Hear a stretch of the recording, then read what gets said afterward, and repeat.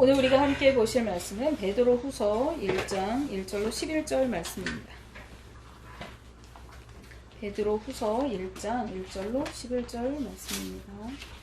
신약성경 384면에 있습니다.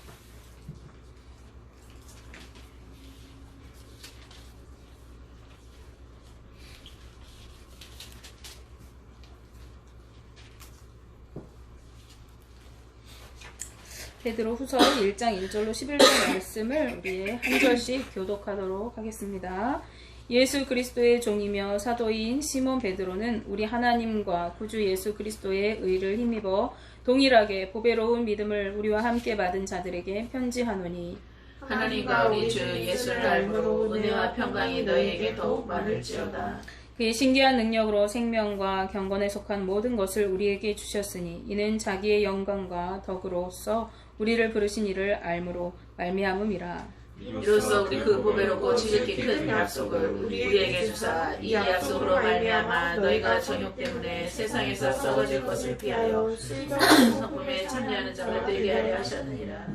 그러므로 너희가 더욱 힘써 너희 믿음의 덕을 덕의 지식을 지식의 절제를 절제의 인내를 인내의 경건을 경건의 형제 우애를 형제 우애의 사랑을 더하라. 이런 것이 너희에게 있어 흡족한즉 너희로 우리 주 예수 그리스도를 알기에 게으르지 않고 열매 없는 자가 되지 않게 하려니와. 이런 것이 없는 자는 맹인이라 멀리 보지 못하고 그의 옛 죄가 깨끗하게 된 것을 잊었느니라. 그러므로 형제들아 더욱 힘써 너희 부르심과 택하심을 굳게 하라. 너희가 이것을 행한즉 언제든지 실족하지 아니하리라. 함께 보십니다. 이같이 하면 우리 주 곧 구주 예수 그리스도의 영원한 나라에 들어감을 넉넉히 너희에게 주시리라. 아멘. 기도하시겠습니다. 사랑의 하나님 감사합니다. 오늘도 우리가 한마음으로 주님을 예배드리게 하시니 감사합니다. 우리 가운데 주님의 성령께서 함께 하시고 우리와 교통하심을 또 감사드립니다. 하나님 이 시간 하나님의 말씀을 나누려고 합니다.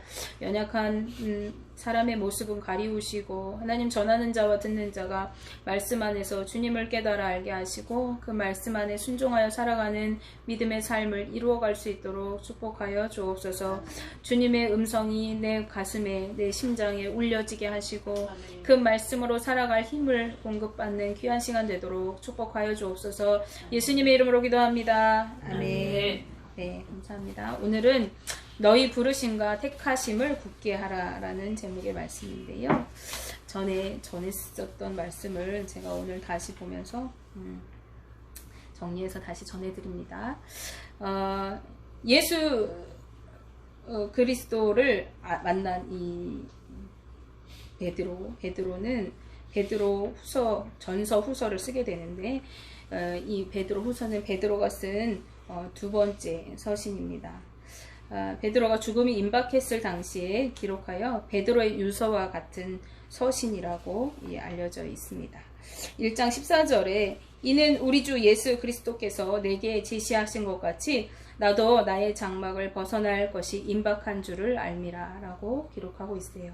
예, 베드로가 자기가 죽을 것을 알고 있었던 것 같습니다. 당시 로마 주변 소아시아 지역에 흩어져 있던 그리스도인들에게 곧 다가올 고난을 대비하도록 하기 위해서 베드로가 첫 번째 베드로전서 첫 번째 서신을 썼습니다. 근데 1-2년 지난 후에 고난과 박해보다 성도들을 더 위협하는 문제가 생기게 되었는데 그것은 교회 안에 흘러들어온 거짓 교사들로 인해서 성도들의 신앙이 흔들리는 것이었습니다. 이 이단들은 예수 그리스도의 재림을 부인하고 육신의 정욕을 쫓아 살도록 미혹했던 것입니다.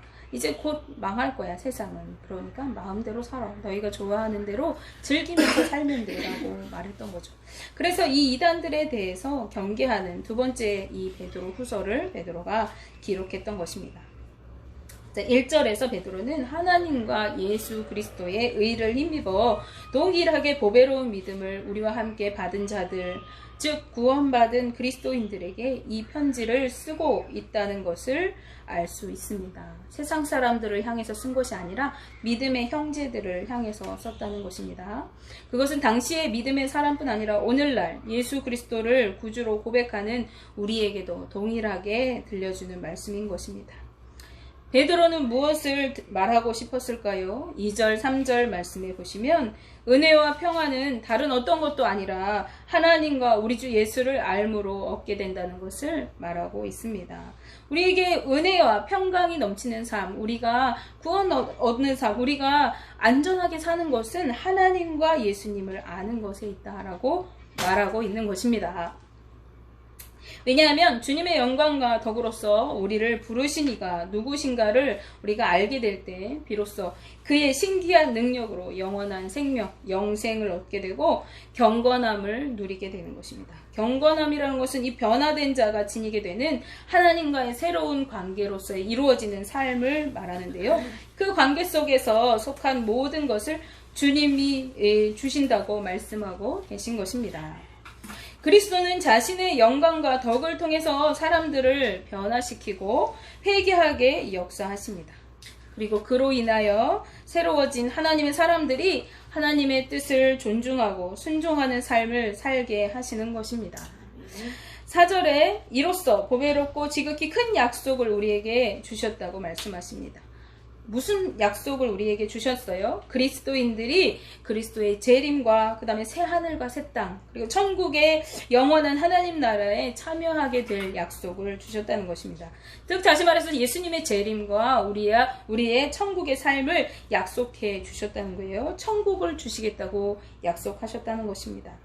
자, 이 약속을 받은 자들은 정욕 때문에 세상에서 썩어질 것을 피하여 신성한 성품에 참여하는 자가 되게 하려고 하셨다고 말씀하셨어요. 왜 약속해 주셨냐? 세상의 정욕대로 살아가는 것이 아니라 그 소망, 천국을 소망하는 삶을 살기 위해서. 그래서 신령한 성품, 성령에 따라 살아가는 삶을 살게 하시기 위해서 그 약속을 주셨다는 것입니다. 그리스도인들은 세상의 모습에서 떠나서 예수님의 복음을 믿는 믿음으로 결단하고 이제 세례받은 후에는 죄와 정욕과 거리가 멀어지고 피하게 되어 있습니다. 그리고 그리스도와의 참된 연합을 통해서 성령의 교제로 신의 성품에 참여할 수 있게 되었습니다. 이제 우리는 하나님의 성품으로 살아갈 힘을 얻었다는 것이에요. 그런데 베드로는 5절에서 더욱 힘쓰라고 말하고 있습니다. 우리는 이미 하나님께서 하나님의 성품으로 살아갈 힘을 주셨는데 그런데 더욱 힘쓰라고 하시는 거예요. 이것은 믿음을 통해서 얻은 구원에만 만족해서는 안 된다는 것입니다. 그리스도께서 성도들의 거룩한 삶을 추구하는 데 필요한 모든 영적 자원을 다 주셨어요. 그러므로 그것을 바탕으로 해서 이제 성숙을 향해서 앞으로 나가야 함을 이 베드로는 권면하고 있는 것입니다. 이것은 신학적 용어로 성화되어 간다라고 이야기합니다. 신앙의 성숙을 이루어가는 단계를 신앙의 동복 8단계 혹은 성화의 8단계라고 할 수 있는데 오늘은 그 성품에 대해서 이 베드로가 8가지 이야기하고 있어요. 첫째는 믿음의 단계입니다.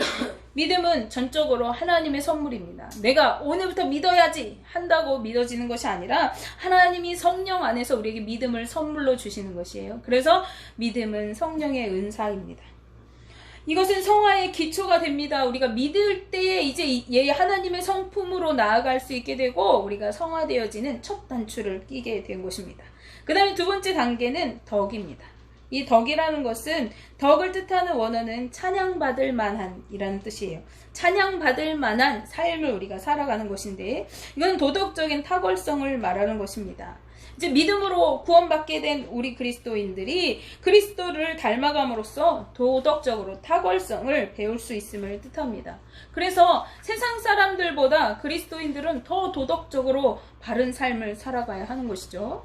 이것은 개인적인 자기의 어떠한 윤리적인 이런 것보다는 공동체성을 띠고 있어요. 그리고 이타적인 것을 특징으로 가지고 있어요. 그래서 자신의 유익을 위한 것이 아니라 공동체의 유익을 먼저 생각하면서 공동체가 모이기에 힘쓰고 해쳐버리는 것이 아니라 협력할 수 있도록 돕는 것이에요. 그래서 교회의 덕을 세우는 삶을 살아야 하는 것입니다. 셋째 단계는 지식의 단계예요. 여기서 말하는 지식은 깨닫다 깨닫는다라는 뜻이 있어요. 그래서 그 그리스도인들이 덕이 있는 생활로 이제 공동체를 세우는 하나님의 뜻을 이루어가는 삶으로 살게 하시기 위해서 하나님의 뜻대로 살아가는 데 필요한 지혜와 통찰력을 하나님이 주십니다. 이 지식은 하나님을 경외할 때 우리에게 점차적으로 얻어지게 되어지는 거죠. 그래서 잠언 1장 7절에 이렇게 말합니다. 여호와를 경외함이 지식의 근본이다 라고 말하는 것입니다.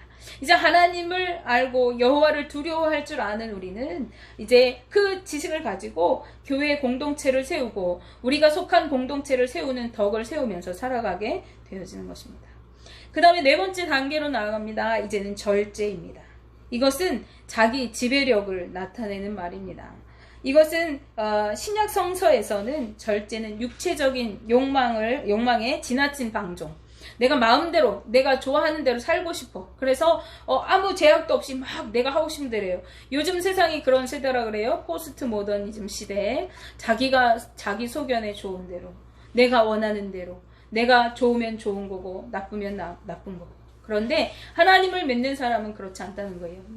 내가 좋은 대로 살아가는 그것을 너무 지나치게 하는 것, 그것을 절제할 수 있는, 중단할 수 있는 것을 절제라고 해요. 또 한 가지는 이방 세계의 성적 남용의 반대의 의미로 성경에서 사용했어요. 이 육체적인 정욕의 방종, 욕망의 방종의 가장 대표적인 것이 성입니다. 그래서 세상이 가장 타락할 때 나타나는 현상이 성적인 문란함이 나타나요. 그래서 그 반대로서 성경에서는 절제라는 단어를 사용합니다. 즉 육체가 원하는 대로 살아가려는 삶의 태도를 내가 이제 스스로 다스려가는 것을 절제라고 그래요. 성령의 인도함을 받을 때 우리가 절제할 수 있어요. 그래서 이 절제는 성령의 열매 중에 한 가지입니다. 그 다음에 다섯 번째는 인내입니다. 인내는 확고부동한 견고함을 뜻해요. 그래서 이것은 하나님을 신뢰하고 하나님의 약속의 성취, 아까 무슨 약속이라고 그랬어요? 천국의 약속입니다. 그 약속의 성취, 예수님 다시 오실 그 약속, 이 약속을 믿고 그 약속을 소망하는 가운데서 어떠한 고난, 어떠한 악한 세력에도 대항해서 용기 있게 지속적으로 참아내는 것을 인내라고 합니다. 믿음을 지속하는 능력, 세상 체계의 압박에 저항하는 능력, 환난의 직면에도 적극 수용하고 견디어 끝까지 승리를 쟁취하는 능력, 이것을 인내라고 합니다. 인내는 성숙한 영성의 표식입니다. 영적으로 성숙한 사람들은 인내할 수 있습니다. 그래서 깊은 영성으로 들어가기 위한 첫걸음이기도 합니다. 성도들에게 인내는 거룩한 습관이 되어야 합니다. 그래서 믿는 자는 잘 참아야 합니다. 무엇을 위해 참나요? 하나님의 소망을 위해서 지금 내게 닥쳐오는 고난과 환난을 참아낼 수 있는 것입니다.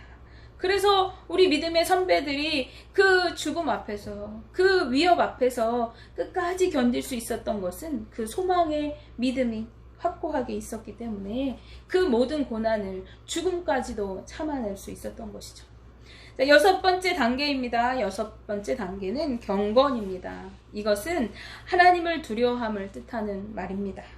삶 속에서 하나님의 뜻대로 행하면서 헌신하여 하나님의 성품에 참여하는 것을 뜻합니다.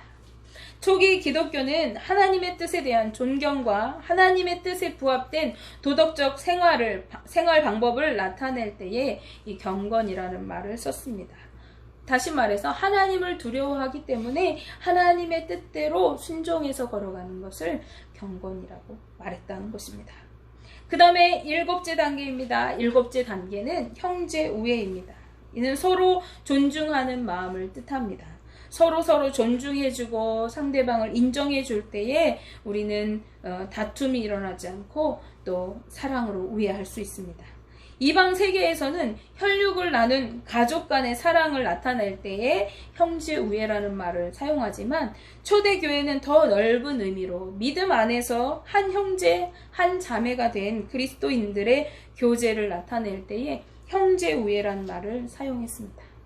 그리스도의 보혈로 이제 한 피를 이룬 한 형제 자매로서 교회 안에서의 서로 존중하고 사랑하는 마음을 가리켜서 형제 우애라고 하는 것입니다.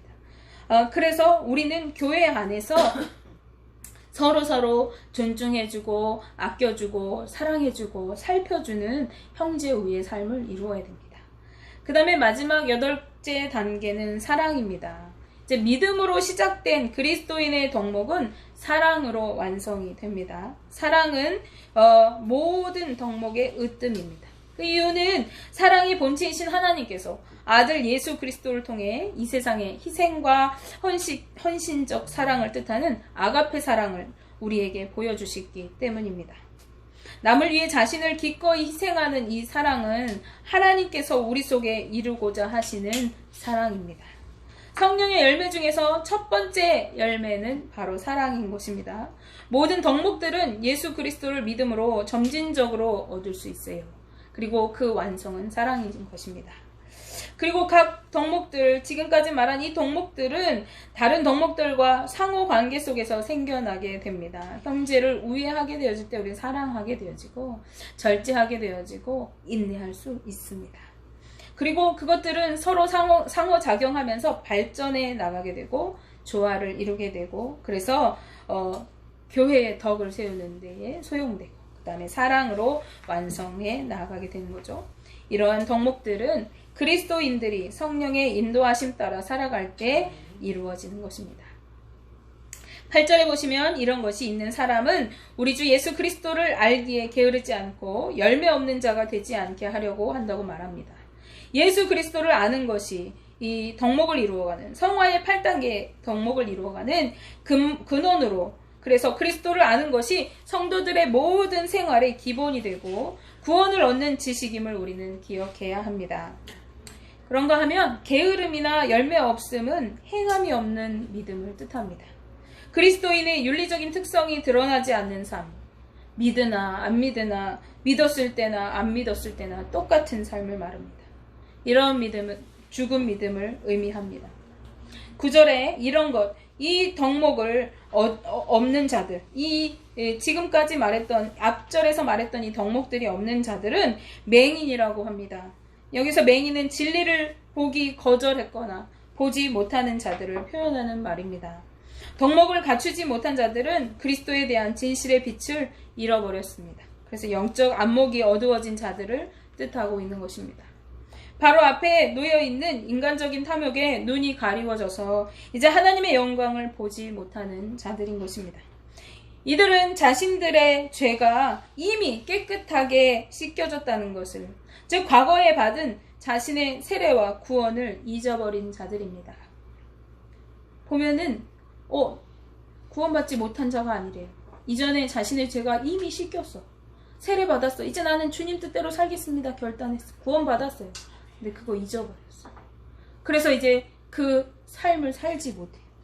과거에 죄된 생활로 다시 돌아가려고 하는 자들이 바로 이 맹인과 같은 자들입니다. 이들은 세례가 죄 씻음만 의미한다고 생각하는 사람들이에요. 세례 받았으니까 됐어. 나는 예수 믿고 구원 받았으니까 됐어. 라고 생각하는 사람들이죠. 오늘 영상을 보다가 이런 사람들을 비유하는 박사님의 말을 들었어요. 우리 하얀 같이 들었는데 신학 박사인 댈러스 윌라드라는 박사입니다. 이 박사가 말하기를 예수님의 보혈로 구원을 얻기에만 급급하고 보혈의 공로만을 누리면서 복음적인 삶을 살지 못하는 이런 그리스도인들을 뱀파이어 크리스천이라고 한다고 합니다. 베드로는 이들에게 죄의 용서뿐 아니라 죄에 머무르지 않고 성결한 삶을 살게 하는데 그 목적이 있음을 상기시킵니다. 뱀파이어 무엇입니까? 피를 빨아먹는. 예수님의 그 피의 공로를 의지해서 이제 나는 구원받았어. 의롭게 받았는데 근데 나에게 주어진 하나님께서 주신 지상의 명령, 예수님께서 우리에게 살라고 하신 제자의 삶 살지 않는 것입니다.